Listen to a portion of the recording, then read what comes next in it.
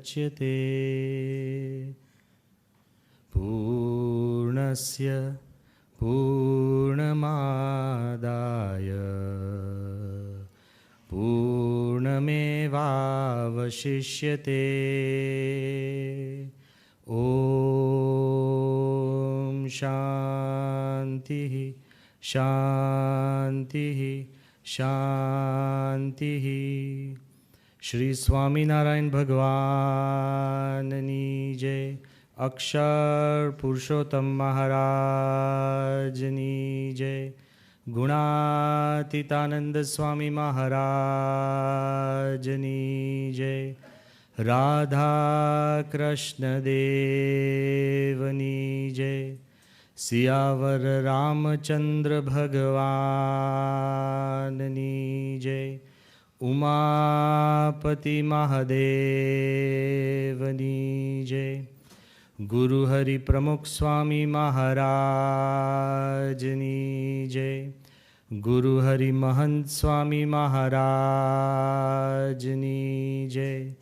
प्रमुख स्वामी महाराज शताब्दी महोत्सवनी जय।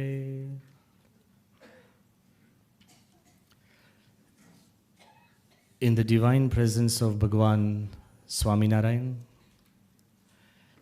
in the equally divine presence of my Guru Pramukh Swami Maharaj, in the presence of Guru Hari Mahan Swami Maharaj, in the presence of revered saints, and all the dignitaries and people who I cherish very deeply in my heart, in your presence, I also feel both humbled and privileged to be here on this occasion. First of all, let me start because as I was coming into this hall, again I saw hundreds and hundreds of people sitting in the hall outside.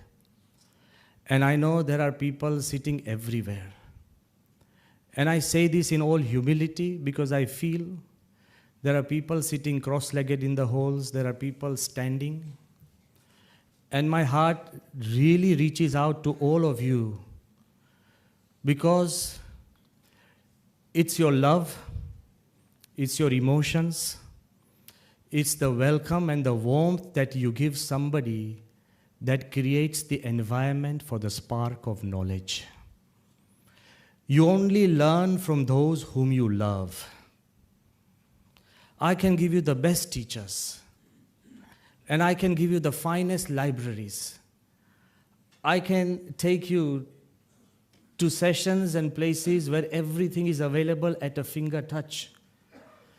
But if you don't love, you don't learn. So I believe the love that you have shown us is your love for my Guru, Pramukh Swami Maharaj, and I truly, truly thank all of you for this evening. Just as Mukesh Bhai mentioned, and I also want to confess to you, but I should confess, that I hardly read Gujarati, and this is perhaps the first time I've ever read a poetry in Gujarati. It was Bapa's wish, Pramukh Swami's deep wish. He would always ask me, remind me. I remember many times when I was with him in meetings, and the moment I switched to English, he would tap me on my hand and said, Gujarati bol. So today, as I was reciting the poem, I was thinking of Bapa, how happy he would have been hearing me speak and reciting a poem in Gujarati. So once again, Mukesh Bhai, I love your innovations for roping me into and making me fall in love with the language which took a long, long time. Thank you again. Secondly, Mukesh Bhai was telling me this idea of time.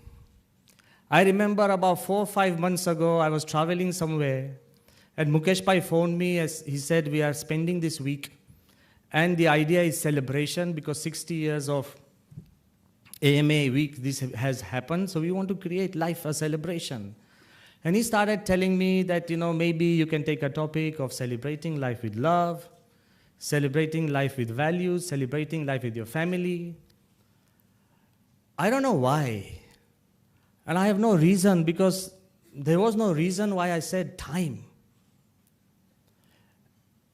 Because I always felt that we always need to tell people that, okay, celebrate life by spending time with your family, spending time with your children, spending time with your friends, spending time with, thank you very much, Shreyas Bhai, you are here as well, with your, I'm so happy to see you as well.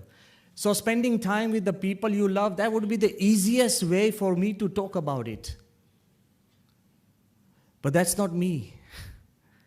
Because I have started thinking that when we are talking about celebrating life with time, there has to be something that we have not covered or examined or explored. And in the recent events, I can't take credit for the entire title. I said I'll do a topic on celebrating time, life with time. It is Mukesh Bhai who added the subline saying, cherishing the priceless moments of time. And when just recently, when my Guru Hari, he passed away from his earthly remains, I think there could have been no better topic for me to talk about this evening than celebrating life by cherishing the timeless moments of time. And I also want to tell you that, as Mukesh Bhai was saying, that some of us are too busy, so we have no time for celebration. The others who are so free have no cause for celebration. But most of us, as I want to tell you, are in the mid-path, unsure, dvidhama, uncertain, always wondering whether this was the right decision, was the right time, whether it should have been yes or no. I was just telling the guy who was sitting next to me today in the car, he's still in the middle of whether he should get married or not, whether the girl is right or not. I said, always say yes, because by the time you decide, she's already found somebody else. I am trying to tell you that most of us fall in the third category where we are always unsure. And because of that, we are never in time, never on time, and mostly off time. But have you ever wondered that most of our emotions, even prayers to God, this is an analysis which I have done offhand, this may not be foolproof, but this is an idea we should explore. But most of us, even our prayers, are packaged with time. Imagine, I'll take you on an imaginary journey. Imagine up in the sky, heavens above, there's a cave. It's crystal. The ceiling is transparent, the floor is transparent, the walls are transparent. And in that cave, there is a pool of water which is also transparent. Inside that pool of water, there are thousands and thousands and countless bubbles just coming up, coming up, coming up. Imagine this scenario. And if somebody tells you that these are the bubbles, which are the remains of a prayer said on this earth, we say our prayers and send them heavenwards. And all the prayers that come up and they pass through that pool, and these are the bubbles, and the remains of the prayers are what? Khabar chhe? Most of our prayers are, oh God, if I had just one more week for this exam, I would have done better. Oh God, my dad on his last days, please give him one more month. Oh God, if I was just 2 years younger, I could have got dependent visas for America. Oh God, if I was just 2 years older, I could have qualified for this exam. We keep telling every prayer. Now imagine, go back home and decide and ask, oh God, why did I get this misery so earlier on in life? Oh God, if there is another way, could I have just 10 more days with my family? Every prayer that you and me say, it has some dimension of time involved in it. Think about it. Whether we like it or not, we are bound by time in one way or another. And you know something? Life normally is very simple.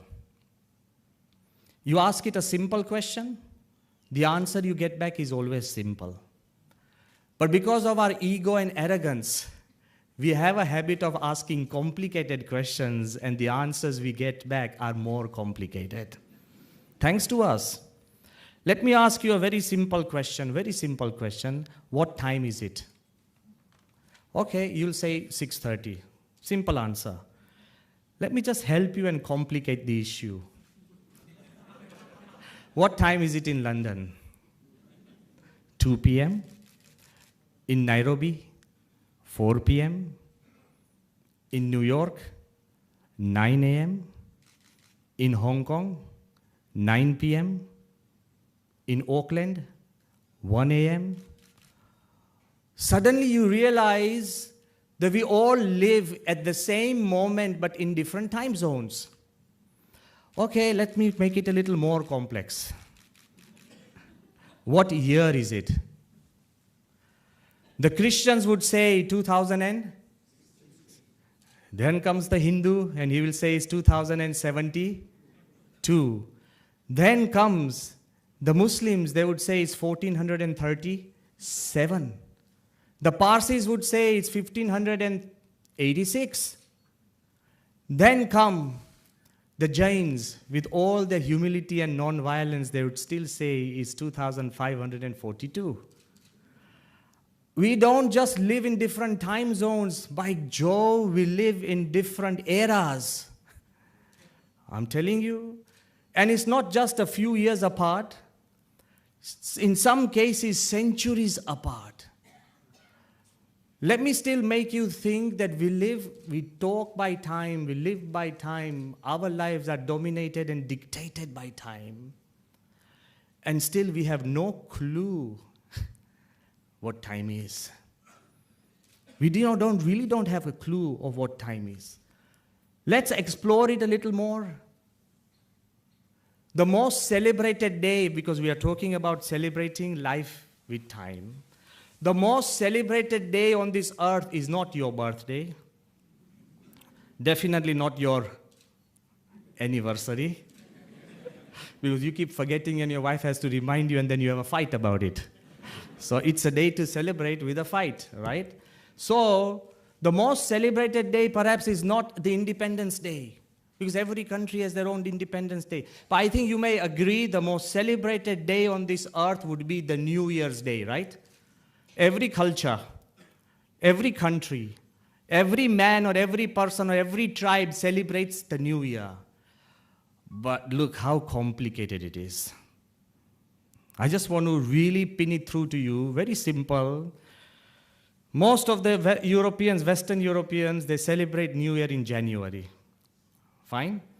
The Chinese come along, they say February. Vietnam and Korea, they celebrate it in February. Then Tibet, Iran, and Babylonia in the old times, they always celebrated the New Year in March. Then we've got April. Sri Lanka, Burma, and Thailand, and the Assyrians celebrated their New Year, and some do now in April. The Roman Empire, which combined or consisted of half of the earth, they celebrated the New Year in May. Then we've got June, Nigerians, isolated, but they celebrate the New Year in June. Then we've got our strong Kachis. They celebrated their New Year in July. Then we've got Parsis in August. Then we've got Jewish and Ethiopians in September. And we Hindus are very liberal, sometimes in October, sometimes in November. I am telling you, still wait for it. Then we have December. There is not a single month on this calendar where somewhere in the world nobody is celebrating a new year. I have not touched even the Aborigines, the Icelandic tribes, the Andamans, the Kalaharis. I have not touched even the smaller tribes who have their own traditions and cultures. But still think, we're talking about time, huh? Something we are so sure about, something we fight about, something we dictate about, something we always say, you know, we're never on time or in time, off time. What is time? Even the celebrations, you might say, Swami, anyway, we still celebrate the New Year. Okay, wait for it. Because I personally tried to do some little research and find out, come on, where are we common? We keep saying at the end of the day we are common. Yeah, let me tell you where we are common. There are so many different ways of celebrating the new year. We celebrate by lamps. Diwali, Divo Praktavya. I'm being very, very, very simple. I'm not trying to complicate it more. In Scotland, they celebrate the new year by waving fireballs. Diwali, because they're far stronger, the Scots are really huge. Their game is throwing tree trunks. Gilli danda nahi. They would carry tree trunks and they throw them. This is Scottish people, really strong people. They celebrate the new year by waving huge fireballs. As if that's not enough, in Panama and Ecuador, they burn the effigies of their enemies to celebrate the new year. They burn their effigies of their enemies to celebrate the new year. Everybody does this. That means everybody has an enemy. Samjhi gaya ne? It's a time of celebration by destroying the evil and the strongest evil that tamne nade che first. That's how they celebrate their new year.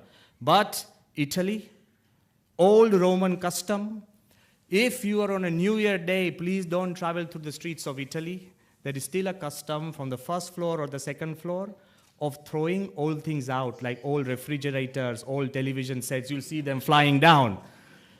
To get rid of old things is a way of celebrating the new year. Apne શું થાય?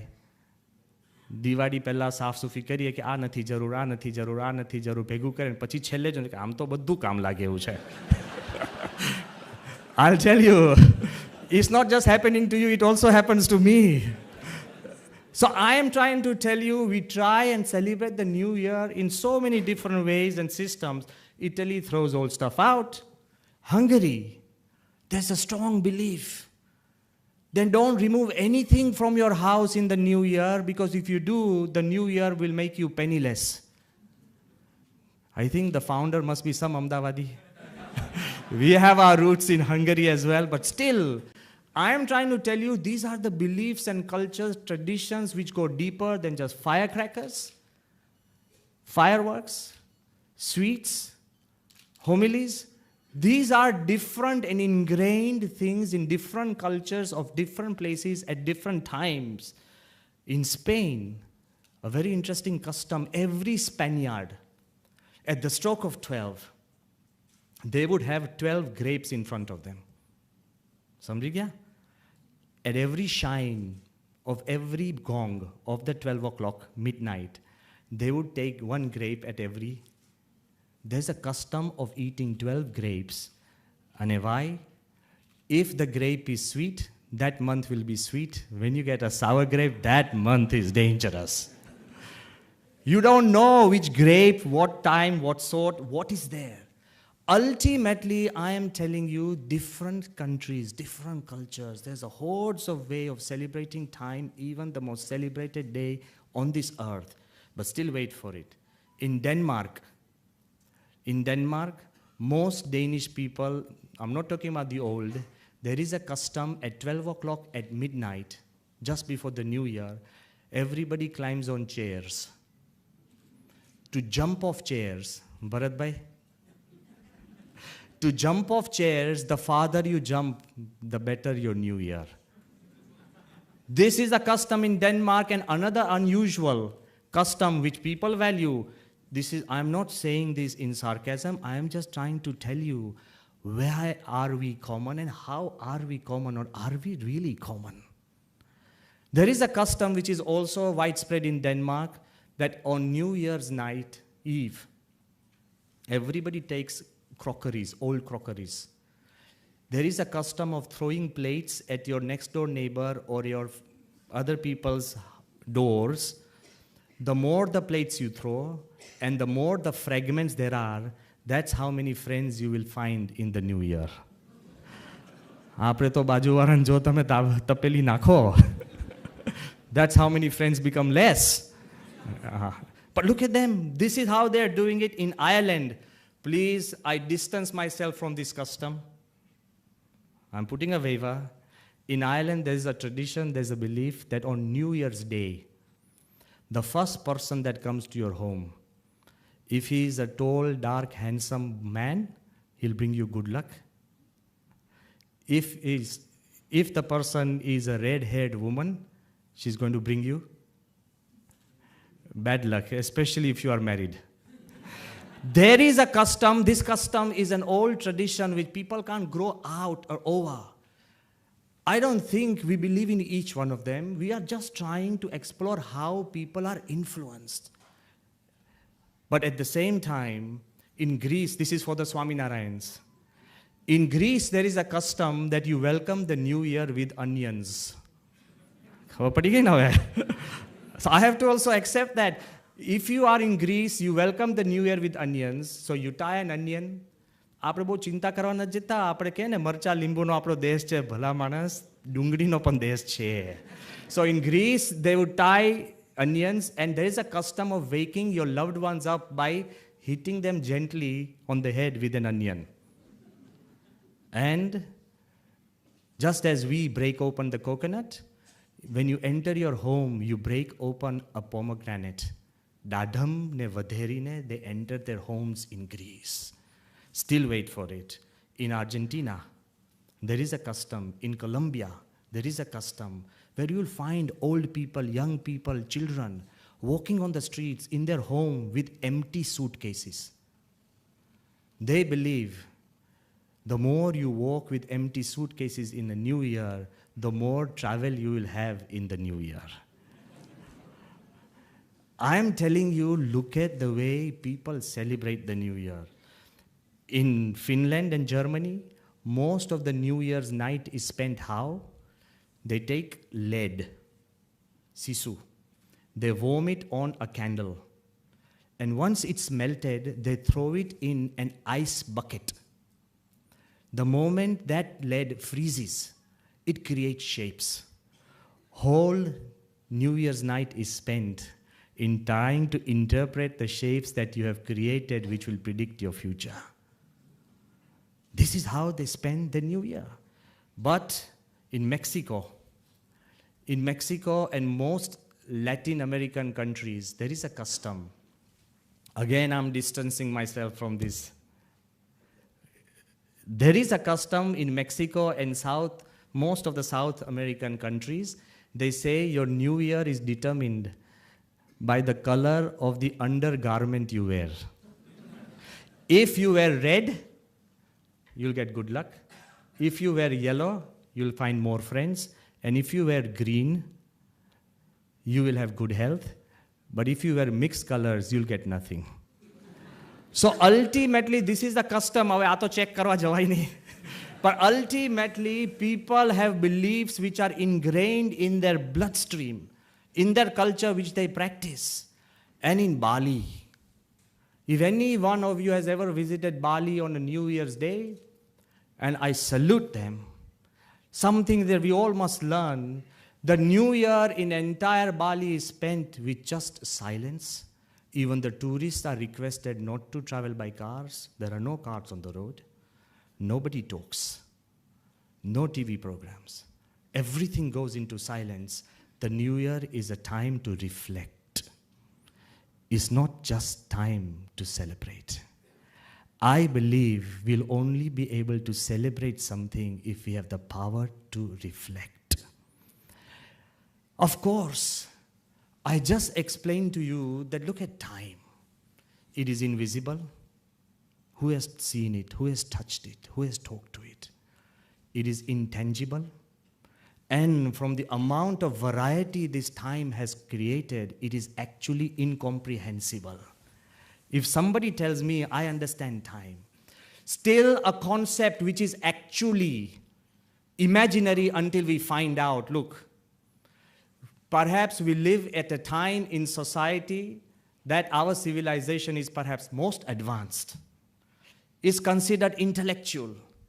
When it comes time to religious matters, we always say we are rational. I ask all of you rational people here, and you go and tap on any rational soul and tell him, if you can explain to me what is time, we don't, still we live by time. A concept which is imaginary, intangible, a concept which is incomprehensible, invisible. Still, it determines, dictates, and dominates our life. How? We wake up in the morning by the alarm clock. The last look we have before we go to sleep is the clock. Our day begins and we plan by minutes and seconds. We plan by time. We eat by time. Ek wagi gyo bhukh hoy nahi toy besi jay. I'm telling you very clearly. Nathi toy besi jay. I think, but still we are technically dictated. There's nothing wrong. I'm not trying to say there's something wrong. I'm trying to make you feel aware that how pervasive this idea of time is in trying to take care of our lives. You are admitted into school by time. The little child doesn't even know. 2 varas ke 3 varas mein besadi de. Have to preschool, preschool થઈ ગયો. I don't know કેટલી preschool થઈ ગયો. Just today I found out one of our devotees, he said his daughter was taking the little boy who was just 1.5 years old to a school. I said, what? School? No, this is just teaching them nursery rhymes. I said, ke mari office માં લઈ આવો. અહીંયા બેસે. A child wants to soak environment. He wants to learn through feeling. He doesn't want to learn through your lectures. The 5 senses, he wants to explore. That aside, we are admitted into school by time. We get married by time. આપણે ત્યાં તો કહેવાય 25 વર્ષ થઈ ગયા, હવે પતી ગયું. Why are we so worried? And I don't think any community or culture is as worried about time as us. કે સ્વામી હવે ઉંમર વધતી જાય છે, ભગવાનને પ્રાર્થના કરો. You understand, you know? આ બધા જ કહેનાર છે. All these people અહીંયા સામે જોઉં છું, they are laughing at me, I'm laughing back. Many of you are sitting here. But they keep saying કે સ્વામી ઉંમર વધતી જાય છે, આ છે. We are so dominated by time. Forget about that. We go to work on time. If we are late, penalized by time. If we work more time, then overtime we get better paid. Double the pay, overtime. Even if we invest in banks, we get interest by time. And if you do something wrong, you serve a sentence you do time in the prison. If you behave well, then your time sentence is reduced. Think about it. I am telling you that everything that we say, even if you are capable and you don't want to retire, you get done in by time. Most of government officers are always seeking favors for extension of time. I know. And I tell you the truth, time dominates us to so much extent, we also measure our lives by time. કોક પૂછે કે શું થયું કે he went to Dham. આપણે લોકો 80, એ તો બરાબર છે લે. He just died. And you say, oh, 80 is fine. Suddenly we accept because it's the right time, he's gone. No. I'm trying to say, see how we are ruled and dictated by a concept which is so invisible, so intangible, so incomprehensible. Now my problem is, how will we ever celebrate life by time? And I've come here to tell you that even if you have a little faith in an invisible, imaginary, intangible, incomprehensible concept like time, it makes your physical life very orderly. There's nothing wrong. It makes your life much more orderly, even if you have a little faith. Hoy ke na hoy, this faith is driving us. I have just come to reveal a secret. Again, this is not read, and I don't have any scriptural background, meaning backing, but I want you to explore. Explore an idea. The only way we can celebrate life with time is by stopping time. Do we have the means of stopping time? Do we have the capability of going beyond time? The moment we learn the secret of going beyond time or stopping time, that would be the moment which will give you that power to celebrate life with time. And ultimately, I want to tell you very honestly that there have been moments in our life. See, you may measure your life by time. Puchu kitli umar thi, so you will tell me 45, 62, 72. But if I ask you, Larry Saib, what did you do yesterday? If I ask him, what did you do yesterday? You will not remember minute to minute, hour to hour. You will remember 5-6 moments. Gaya, saru ryu, santi rahi, pravachan karyu, charcha kari, a ek vichar આવ્યો અને સોમનાથનો ઉદ્ધાર થયો. Ultimately, I am telling you, you yourself don't remember 24 hours of your life, right? You only remember moments. If I ask you, what did you do 10 years ago? Mukesh bhai, you're more intelligent. You're a chartered accountant. Come on. You are a calculative person. What did you do 10 years ago? You don't, I don't, nobody remembers. Okay, let's make it more simple and more specific. You know, what did you do when you were 12 years old? Ajay bhai. He's a reporter. They were never wrong. They are always first with the news. And once they are right, they print back news as well. We said this 1 month before.